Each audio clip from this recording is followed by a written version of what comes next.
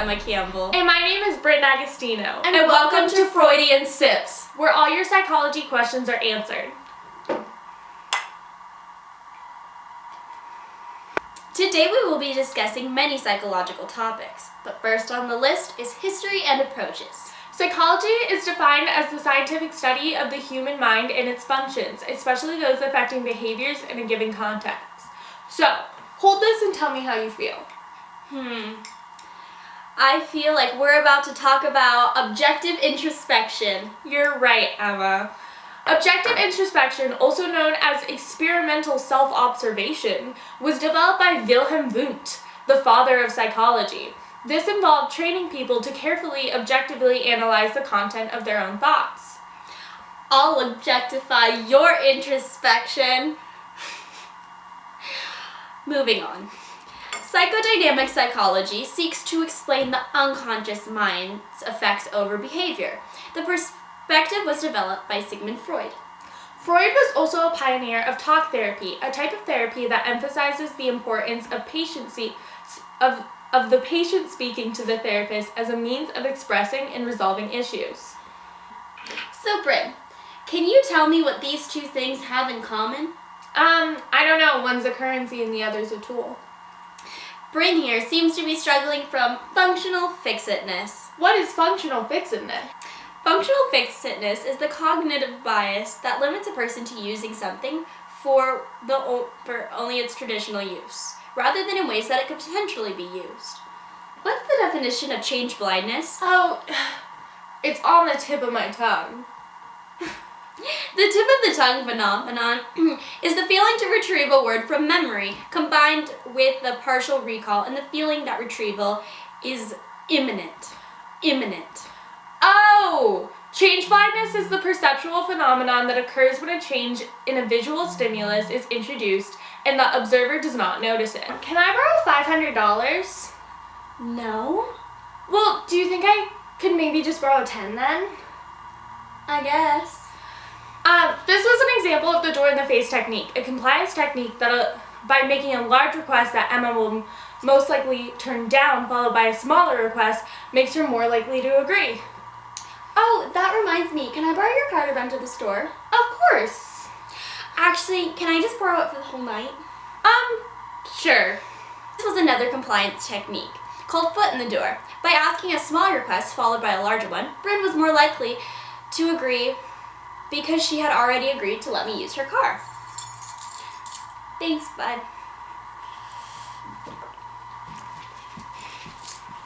Now we're going to go live to Emma in the field. Action. Thank you, Bryn. I am here in Underhill Place, where there is a man that seems to be suffering from some form of cardiac distress. I have been standing here for about 3.5 hours, and not a single bystander has stopped to help this poor man. We pray that someone will take responsibility and help this man.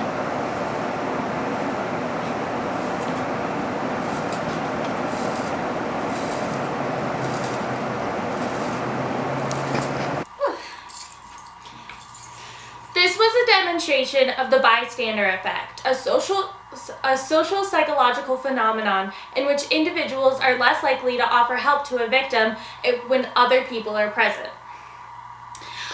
Conformity is the most common persuasive form of social influence. It is informally defined as the tendency to act or think like a member of the group. In psychology, conformity is defined as the act of matching attitudes, beliefs, or behaviors. What you doing? Following the lead of my favorite co-host. There's no need to conform. You were born perfect. Psych! Speaking of birth, let's talk about biological psychology. Let's talk about the hemispheres of the brain. I represent the right hemisphere of the brain. This means I control the left side of the body. See? As the left side of the brain, I'm in charge of speech production in the right side of the body. Hey! The brain has neural pathways that allow the mind to communicate with the body to perform specialized functions. These neural pathways are not fixed. They have the ability to change as people age and gain new experiences. This ability is called neuroplasticity. Oh, it's like plastic surgery for your neurons. Oh, Bryn, you really are a hoot. Now, let's dive into the controversy about nature versus nurture. A good way to measure whether a certain trait is inherited is by observing the similarities between families, especially identical twins reared apart. This provides the best insight to nature versus nurture because it shows the traits that are inherited and what are influenced by the environment around us. Can you hand me that water bottle?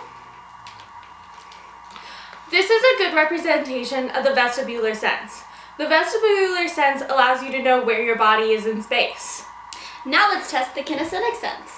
Bryn, close your eyes and touch your finger to your nose.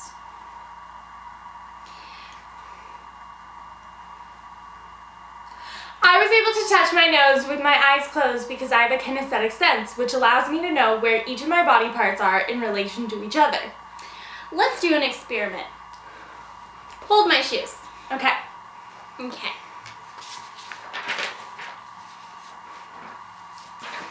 Why? We are going to explore the difference threshold.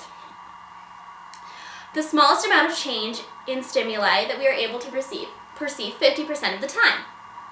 Now close your eyes. Okay. I don't feel a difference. Okay. Close your eyes.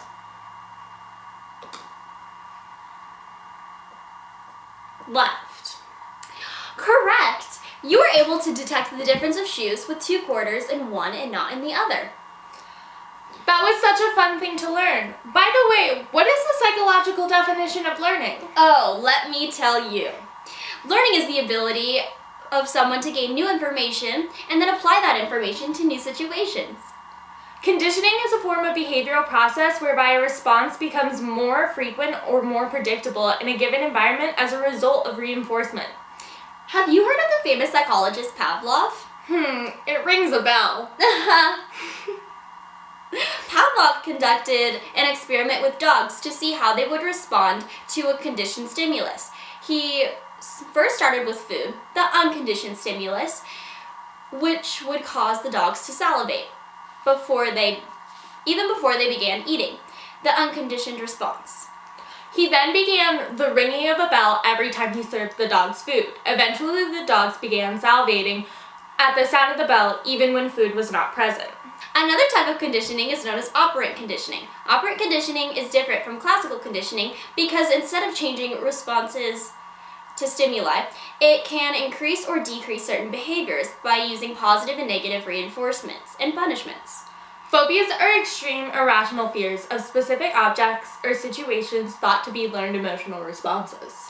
Phobias are classified under anxiety disorders because they cause people to feel anxiety in certain situations. Common examples of phobias are arachnophobia, the fear of spiders, and agoraphobia, the fear of being in public places.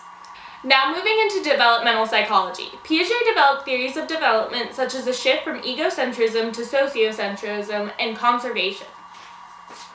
Egocentrism is the inability of young children to differentiate between their personal thoughts and beliefs and the feelings and thoughts of others. An example of egocentrism is the Sally Ann test, where children were told a story about Sally, who leaves her cookie in a basket and Ann moves it to a box when Anne is not in the room. The children who are still egocentric don't understand that Sally wouldn't know where the cookie was because she wasn't in the room when it was moved. Conservation is a logical thinking ability that means someone is aware that specific quantities will remain the same even if the shape, container, or apparent size is altered, like when you pour water from a beaker to a graduated cylinder. So, Bryn, what Hogwarts house are you in? I think I would have to say Ravenclaw. Me too! However, online quizzes with topics like these aren't actually describing your personality that accurately. Personality is an individual's unique patterns of thought, feelings, and behavior that persists over time. Sigmund Freud created a model of the brain that depicted the different aspects of your personality involved in morality, the id, ego, and the superego. The id is the unconscious urges and desires of the mind that cause people to behave selfishly in order to achieve their desires. The superego governs moral behavior, often promoted by social interaction. You can think of the id as the devil on your shoulder and the superego as the angel. This leaves the ego, which represents the part of you that mediates the selfishness of the id and the conscientiousness of the superego to make the best or most desirable decisions. A personality survey that may actually define your personality is the 5-factor model or the Big 5 personality traits. The traits are openness to experience, conscientiousness, extroversion, agreeableness, and neuroticism. Neuroticism. Do you want to do that one more time? No, it's fine. Okay. Your Okay, you go. I know. Openness is the general appreciation for a large variety of experience. Conscientiousness is a person's tendency to self-discipline and strive for achievement against outside expectations. Extroversion is marked by a desire to interact with people in the outside world. Agreeableness is defined by an individual's desire to get along with others and genuine concern for the well-being of people outside of themselves. Neuroticism is the tendency to experience negative emotions such as anger, anxiety, or depression, interlinked with low tolerance for stress or aversive stimuli. This 5-category test tends to test a wide variety of people by having broad categories broken down into smaller levels. My face hurts. Here, take this.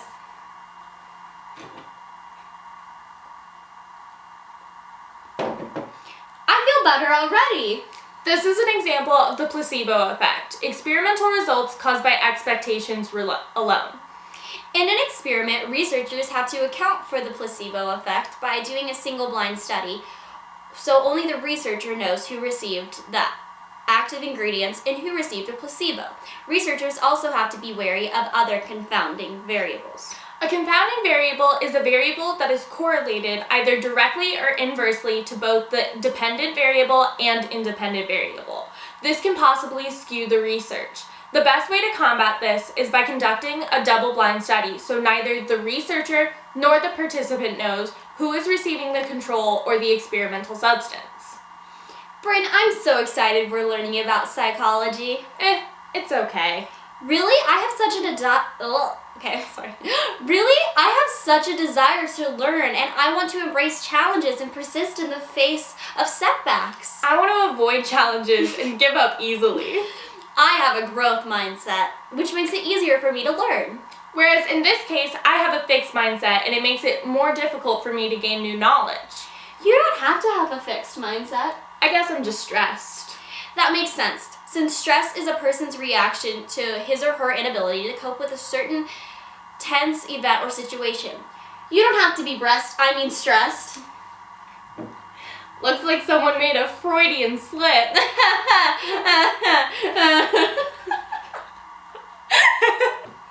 I'm Bryn D'Agostino. And I'm Emma Campbell. And this has been Freudian Sip.